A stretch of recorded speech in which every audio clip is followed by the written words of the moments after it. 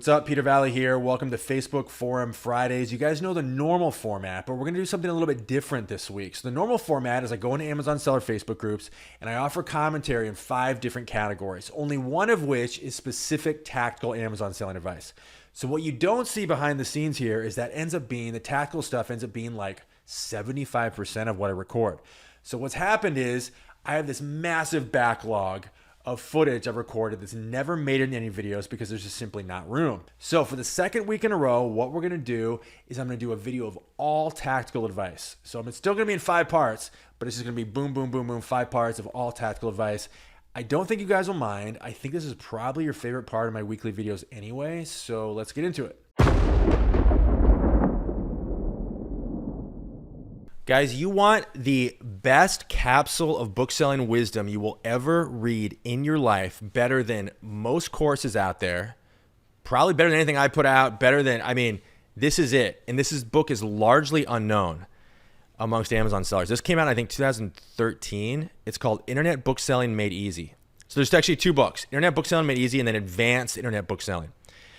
If you get both of these books and read them cover to cover, you will have a better, more well-rounded knowledge of the intricacies of this business than probably watching 100,000 TikTok videos.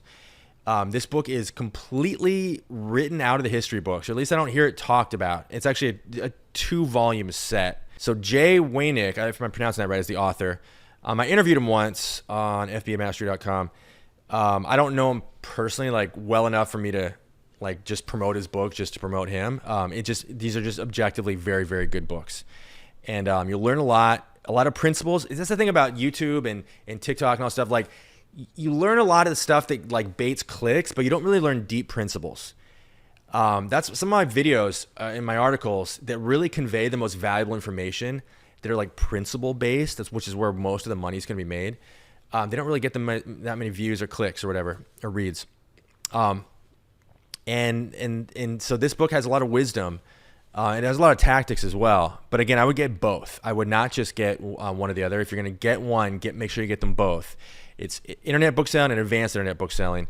But these books are gold. This person says, Dave says, with regards to sales pricing, what do you consider should be the percentage difference in price between conditions that buyers would typically be prepared to pay? He's trying to figure out what's the price difference. If I got a book in acceptable condition, I think this is what he's saying.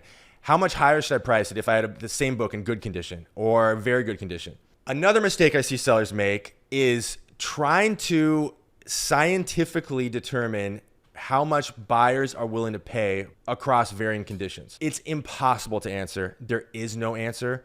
And honestly, the only delineation you should make maybe is acceptable versus everything else in the used category, of course. You price basically 3 categories. Here's how I see it. New condition, price it one way, price against other new condition offers. Within used, good, very good, like new, all the same. And then acceptable, perhaps you should price more conservatively. Also, oftentimes not. Depends on the rank. That's it. So if you're a seller and you're like, I got a very good condition book, and I see I've got a bunch of good condition competing offers, I'm going to ignore those and price my very good condition higher. Again, that's only a pricing strategy that makes any sense at all if you are selling a book that is in extremely high demand. Because what you're doing here is you're making the wager that there's a buyer that's going to come along that's going to be willing to pay several dollars more for a very good condition offer over a good condition offer.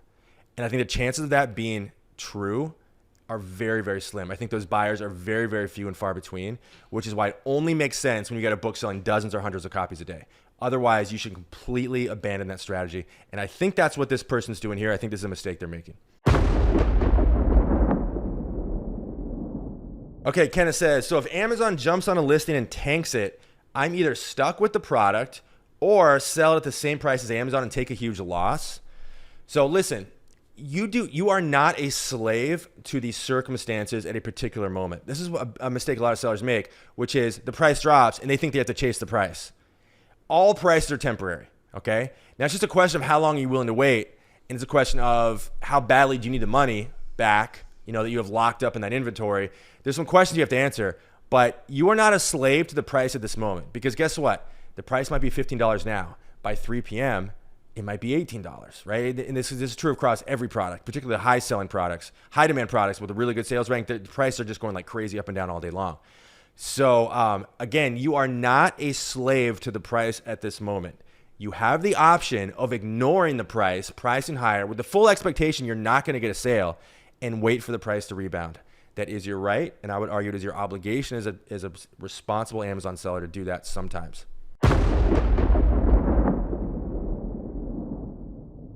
Great question here. This person has an audiobook. They are listing it for $25 on Amazon, but it has a sticker price that says $9.99. Oh no, it's not a sticker. I'm wrong. It's actually printed on the box. So they're asking, would you take the hit and sell it for that price, or would you just list it higher and possibly risk someone being offended when they pay $25 for something and then they get it and it says $9.99 on the box? So interesting question. I don't feel strongly about this. If this was a sticker, I usually will take half a second, not more than that, and try to peel it off. If it's something I got to like get out, the scraper and like really dig at, I'm just going to completely walk away from it. I'm willing to take the risk. I've never gotten bad feedback as far as I remember for anything like this. If it's a sticker that indicates it was bought used for a very small amount, I will spend a little more time on that. Like in other words, if it's like a Goodwill sticker and it says like $1.99, yeah, I think it's good. I think it's bad form to be leaving those stickers on. But I'm not going to sweat it too much either. Some places have stickers that are just really hard to take off, and I'm just like, I'm fine. I would say taking the risk, but I don't really consider it a big risk. But this is an interesting scenario. It actually has, the actual price printed on it. I don't have any strong feelings about this at all. I've never, if I got bad feedback at some point for this, I might feel differently. I never have. And I think it's probably pretty rare. You're going to get like the 1 in 1,000 customers who's like, they just love to complain, right? And they're going to be like, I paid $25. It's like, that's how people understand at this point. I think even 10 years ago, this would have been a bigger risk where people didn't quite understand the internet yet. Like the internet was still, it wasn't new, but it was like, people don't understand you can sell something for more on the internet than you might pay for it retail, right? That belief hadn't really sunk in yet. I think now pretty much everyone understands, and I would not sweat this.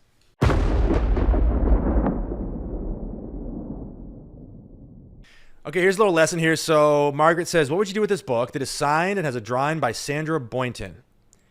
Up to $50 on eBay so far. I haven't found any signed copies. Okay, so here's a note about signed copies. You'll see them just randomly from time to time. You're not even looking for them. You didn't even know you bought a signed book sometimes.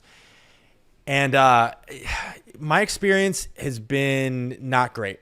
So first of all, you can pretty much just like set aside any illusions about commanding high prices for any signed book unless the author is like an A-list author. Now, I don't claim to be an expert like on collectible books. Again, that's not my area.